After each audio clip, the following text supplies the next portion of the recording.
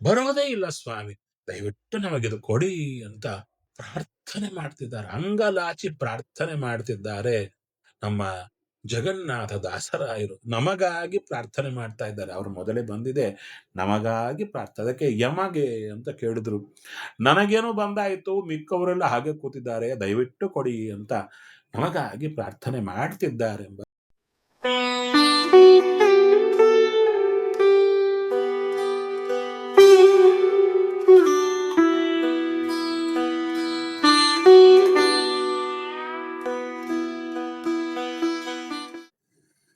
ಜಲಜ್ಯೇಷ್ಠ ನಿಭಾಕಾರಂ ಜಗದೀಶ ಪದಾಶ್ರಯಂ ಜಗತೀತಲ ವಿಖ್ಯಾತಂ ಜಗನ್ನಾಥ ಗುರುಂ ಭಜೆ. ನಮೋ ನಮೋ ಗುರುವರ್ಯ ವಿಬುಧೋತ್ತಮ ವಿವರ್ಜಿತ ನಿತ್ಯ ಕಲ್ಪದ್ರುಮ ನೆನಿಪ ಭಜಕರಿಗೆ ಬಹುಗುಣ ಭರಿತ ಶುಭ ಚರಿತ ಉಮಯ ನಂದನ ಪರಿಹರಿಸಹಂ ಮಮತೆ ಬುದ್ಧ್ಯಾದಿಂದ್ರಿಯಗಳ ಆಕ್ರಮಿಸಿದಳಿಸುತ್ತಲಿ ಅವು ಭವದೊಳಗಾವ ಕಾಲದಲ್ಲಿ. ಇನ್ನು ಪ್ರಾರ್ಥನೆ ಮಾಡ್ತಾರೆ. ನಮೋ ನಮೋ ಗುರುವರಿಯ, ಗುರುಗಳಲ್ಲಿ ಶ್ರೇಷ್ಠರಾದವರಯ್ಯ ನೀವು.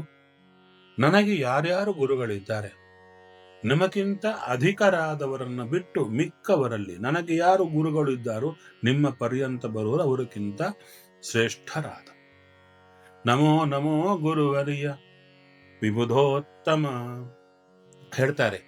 ಆದರಾತ ದ್ವಿರುಕ್ತಿ, ಆದರ ಇರೋದರಿಂದ ವಿಶೇಷ ಆದರವನ್ನು ಸೂಚನೆ ಮಾಡಲಿಕ್ಕೆ ನಮೋ ನಮಃ. ಅಥವಾ ಒಂದು ನಮಃ ಅಂದರೆ ನಾನು ನಿಮ್ಮ ಅಧೀನ, ಇನ್ನೊಂದು ನಮಃ ಅಂದರೆ ನನ್ನದೆಲ್ಲ ನಿಮ್ಮ ಅಧೀನ. ಆತ್ಮ ಸಮರ್ಪಣ, ಆತ್ಮೀಯ ಸಮರ್ಪಣ. ಇದು ಸುಮ್ಮನೆ ಕಲ್ಪನೆ ಅಲ್ಲ, ಭಾಗವತದಲ್ಲೇ ಬರುತ್ತೆ. ಋಷಭನಾಮಕ ಭಗವಂತನನ್ನ ಪುರೋಹಿತರು ಸ್ತೋತ್ರ ಮಾಡ್ತಾರೆ.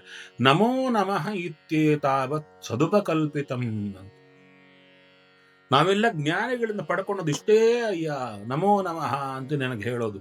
ಎರಡು ನಮಃ ಅಂದ್ರೆ ಹೇಳುತ್ತಾರೆ ಉಪಾಸನಾ ಭಗವಂತನದ್ದು ಎಷ್ಟು ಅಂದ್ರೆ ಹೇಳುತ್ತಾರೆ ಸಾರೋದ್ಧಾರದಲ್ಲಿ. ಆತ್ಮ ಸಮರ್ಪಣೆ, ಆತ್ಮೀಯ ಸಮರ್ಪಣೆ, ಆ ಎರಡೇ ಶಬ್ದ ನಮಃ ನಮಃ. ನಾನು ನಿನ್ನಧೀನ, ನನ್ನದೆಲ್ಲ ನಿನ್ನಧೀನ. ಅದಕ್ಕೆ ಹೇಳ್ತಾರೆ ನಮೋ ನಮೋ ಗುರುವರಿಯ. ನನ್ನಲ್ಲಿ ನಿಂದು ಸಕಲವನ್ನ ಮಾಡಿಸುವ ಗುರುಗಳಲ್ಲಿ ಶ್ರೇಷ್ಠರಯ್ಯ ನೀವು. ಆದ್ದರಿಂದ ನಮೋ ನಮಃ. ನಾನು ನಿಮಗಧೀನ, ನನ್ನದೆಲ್ಲ ನಿಮಗಧೀನ. ವಿಬುಧೋತ್ತಮ, ದೇವತೆಗಳಲ್ಲಿ ಶ್ರೇಷ್ಠರಯ್ಯ ನೀವು.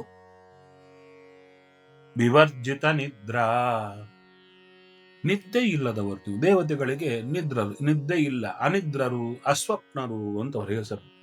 ವಿವರ್ಜಿತ ನಿದ್ರಾ ಅಥವಾ ನಿದ್ರಾ ಅಂದ್ರೆ ದೇವರ ಮರುವು. ದೇವರನ್ನ ಮರೆತಿರೋದೇ ನಿದ್ರಾ. ನಾವು ಸದಾ ನಿದ್ದೆಯಲ್ಲೇ ಇರ್ತೀವಿ, ದೇವರನ್ನ ಮರೆತೇ ಇರ್ತೀವಿ. ಆದ್ದರಿಂದ ಅದಕ್ಕೆ ವಿವರ್ಜಿತ ನಿದ್ರಾ. ಎಂದು ದೇವರ ಮರುವು ಎಂಬೋ ನಿದ್ದೆ ನಿಮಗೆ ಬಂದೇ ಇಲ್ಲ. ಇನ್ನು ಹೊರಗಿನ ನಿದ್ದೆ ಇಲ್ಲವೇ ಇಲ್ಲ. ಕಲ್ಪದ್ರುಮ ನೆನಿಪೇ ಭಜಕರಿಗೆ, ನಿಮ್ಮನ್ನ ಯಾರು ಭಜನೆ ಮಾಡುತ್ತಾರೆ ಅವರಿಗೆ ವಿಶೇಷವಾದ ಕಲ್ಪವೃಕ್ಷ ಆಗಿದ್ದೀರಪ್ಪ. ಏನು ಬೇಕಾದ್ರೂ ಕೊಡ್ತೀರಾ. ಬಹುಗುಣ ಭರಿತ, ನಿಮ್ಮಲ್ಲಿ ಒಂದಲ್ಲ ಎರಡಲ್ಲ, ಒಳ್ಳೆ ಒಳ್ಳೆ ಗುಣಗಳು ತುಂಬಾ ಇವೆ. ಶುಭ ಚರಿತ, ಶುಭವಾದ ಚರಿತ್ರೆಯನ್ನ ನೀವು ಪಡೆದಿದ್ದೀರಪ್ಪ. ಅಂದ್ರೆ ಮಚ್ಚೆ ಇಲ್ಲದ, ಕಪ್ಪು ಚುಕ್ಕೆ ಇಲ್ಲದ ಚರಿತ್ರೆ. ಉಮೆಯನಂದನ, ಉಮಾದೇವಿಯ ಮಕ್ಕಳು ನೀವು. ಉಮಾ ಅಂತ 3 ಜನ ಹೆಣ್ಣು ಮಕ್ಕಳು ಪರ್ವತರಾಜನಿಗೆ. ಅದರಲ್ಲಿ ಏಕಪರ್ಣ, ಏಕಪಾಟಲ, ಉಮಾ ಅಂತ, ಅಪರ್ಣ ಅಂತ. ದಿನಕ್ಕೆ ಒಂದು ಪಾಟಲಿ ಪುಷ್ಪವನ್ನ ತಿಂದು ತಪಸ್ಸು ಮಾಡಿದವಳು ಏಕ ಪಾಟಲ. ಒಂದು ಎಲೆಯನ್ನ ತಿಂದಿದ್ದು ತಪಸ್ಸು ಮಾಡಿದವಳು ಏಕಪರ್ಣ. ಅಪರ್ಣ ಎಲೆಯನ್ನೂ ತಿನ್ನದೆ ಉಪವಾಸದಿಂದ ಭಗವಂತನ ತಪಸ್ಸನ್ನ ಮಾಡಿದವಳು ಅಪರ್ಣ. ತಾಯಿ ನೋಡಿದಂತೆ ಒಂದು ಎಲೆನೂ ತಿನ್ಬಾರದ, ಅದಕ್ಕೆ ಉಮಾ, ಉಪವಾಸ ಮಾಡಬೇಡ ಅಂತ ಕೇಳಿದಂತೆ, ಅದಕ್ಕೆ ಉಮಾ ಅಂತ ಆಯ್ತು. ಅಂಥ ಉಮೆಯ ನಂದನ ಅಂದ್ರೆ ನಿಮ್ಮ ತಾಯಿ ಎಂಥವಳು ಗೊತ್ತಾ? ಅಂಥ ತೀವ್ರ ತಪಸ್ಸು ಮಾಡತಕ್ಕಂಥ ಯೋಗಿನಿ, ಅಂಥ ತಾಯಿ ಮಗ ನೀವೆಂಥವ್ರಿರಬೇಕು ಅಂದ್ರು. ಉಮೆಯ ನಂದನ ಅದಕ್ಕಂದ್ರು ತಪಸ್ಸು ಅಂದ್ರೆ ಏನು? ಅಹಂಕಾರವನ್ನ ಕತ್ತರಿಸುವುದೇ ತಪಸ್ಸು. ಅದಕ್ಕೆ ನೀವು ಉಮಾದೇವಿ ಅಹಂಕಾರ ಕತ್ತರಿಸಿ, ತಮ್ಮ ಅಹಂಕಾರ ಕತ್ತರಿಸಿಕೊಂಡು ಸಕಲ ಸಜ್ಜನರ ಅಹಂಕಾರ ಕತ್ತರಿಸುವ ತಾಯಿ ಯಾಕೆ? ಅಂಥವರ ಮಕ್ಕಳು ನೀವು. ಪರಿಹರಿಸು ಅಹಂ ಮಮತೆ, ಅಹಂಕಾರ ಮಮಕಾರವನ್ನ ಬಿಡಿಸಿ ಅಪ್ಪ. ಇರ್ಲಿ ಬಿಡು ಒಂದು ಪಕ್ಕದಲ್ಲಿ. ಅದಕ್ಕೇನು ಅಂದ್ರೆ ಬುದ್ಧಿಯಾದಿ ಇಂದ್ರಿಯಗಳ ಆಕ್ರಮಿಸಿದಣಿಸುತ್ತಲಿಯವು ಭವದೊಳಗಾವ ಕಾಲದಲ್ಲಿ. ಈ ಅಹಂಕಾರ ಮಮಕಾರ ಎಲ್ಲಿ ಬಂದು ಕೂಡ್ತಾ ಇವೆ? ಬುದ್ಧಿ ಮೊದಲುಕೊಂಡು ಸಕಲ ಇಂದ್ರಿಯಗಳಲ್ಲಿ ತಿಷ್ಠ ಹಾಕೊಂಡು ಕೂತ್ಕೊಂಡು, ಸೀಟ್ ಹಾಕೊಂಡು ಕೂತ್ಕೊಂಡು ನಮ್ಮನ್ನ ಭವದಲ್ಲಿ ಸಂಸಾರದಲ್ಲಿ ಆವ ಕಾಲದಲ್ಲಿ ದಣಿಸುತ್ತಲಿಹವು. ಈ ಅಹಂಕಾರ ಮಮಕಾರದಿಂದಲೇ ಎಲ್ಲ ದುಃಖಗಳು ನಮಗೆ ಬರ್ತಾ ಇದೆ. ಅದನ್ನ ಪರಿಹರಿಸಿ ಅಪ್ಪ. ನೀವೇ ಪರಿಹರಿಸಲಿಕ್ಕೆ ಸಾಧ್ಯ, ನನಗೆ ಬೇರೆ ಆಗಲ್ಲ, ನನ್ನ ಕೈಲಿ ಆಗಲ್ಲ, ನೀವೇ ದಯವಿಟ್ಟು ಪರಿಹಾರ ಮಾಡಬೇಕು ಅಂತ ಕೇಳಿಕೊಳ್ತಾ ಇದ್ದಾರೆ. ಜಯ ಜಯತು ವಿಘ್ನೇಶ ತಾಪತ್ರಯ ವಿನಾಶನ ವಿಶ್ವಮಂಗಳ. ಜಯ ಜಯತು ವಿದ್ಯಾಪ್ರದಾಯಕ ಭೀತ ಭಯ ಶೋಕ. ಜಯ ಜಯತು ಚಾರ್ವಂಗ ಕರುಣಾನಯನದಿಂದಲಿ ನೋಡಿ ಜನ್ಮಾಮಯ ಮೃತಿಗಳನ್ನು ಪರಿಹರಿಸು ಭಕ್ತರಿಗೆ ಭವದೊಳಗೆ. ಜಯ ಜಯತು ವಿಘ್ನೇಶ, ವಿಘ್ನಾಧಿಪತೆ ನಿನಗೆ ಜಯವಾಗಲಿ, ಜಯವಾಗಲಿ. ತಾಪತ್ರಯ ವಿನಾಶನ, ಆಧ್ಯಾತ್ಮಿಕ, ಆದಿಭೌತಿಕ, ಆದಿದೈವಿಕ ಅಂತ 3 ರೀತಿಯಾದ ತಾಪತ್ರಯಗಳನ್ನ ಪೂರ್ಣ ನಾಶನ ಮಾಡ್ತೀರಪ್ಪ. ವಿಶ್ವಮಂಗಲ, ವಿಶ್ವನಾಮಕ ಭಗವಂತನನ್ನ ಉಪಾಸನೆ ಮಾಡಿ ಜಗತ್ತಿಗೆ ಮಂಗಳವನ್ನ ಕೊಡತಕ್ಕಂಥವರು. ಜಯ ಜಯತು ವಿದ್ಯಾಪ್ರದಾಯಕ, ಭಗವಂತನ ದರ್ಶನಕ್ಕೆ ಬೇಕಾಗಿರತಕ್ಕಂಥ ವಿದ್ಯೆಯನ್ನ ಕೊಡತಕ್ಕಂಥವರ, ಚೆನ್ನಾಗಿ ಕೊಡತಕ್ಕಂಥವರು ನೀವು. ನಿಮಗೆ ಜಯವಾಗಲಿ, ಜಯವಾಗಲಿ. ವೀತ ಭಯ ಶೋಕ, ನಿಮಗೆ ಭಯ ಅಂಬೋದಿಲ್ಲ, ಶೋಕ ಅಂಬೋದಿಲ್ಲ, ಯಾವಾಗಲೂ ಸಂತೋಷವಾಗಿರುವವರಯ್ಯ. ಜಯ ಜಯತು ಚಾರ್ವಂಗ, ಒಳ್ಳೆ ಶುಭ್ರವಾದ ದೋಷವಿಲ್ಲದ ಶರೀರ.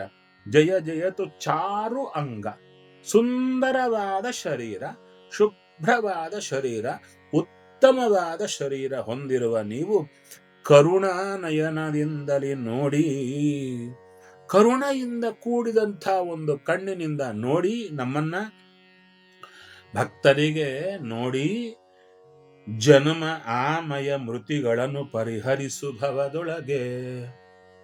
ಜನ್ಮ, ಹುಟ್ಟು, ಆಮಯ, ರೋಗ, ಮೃತಿ, ಸಾವು ಇವುಗಳನ್ನು ಪರಿಹಾರ ಮಾಡಿರಪ್ಪ.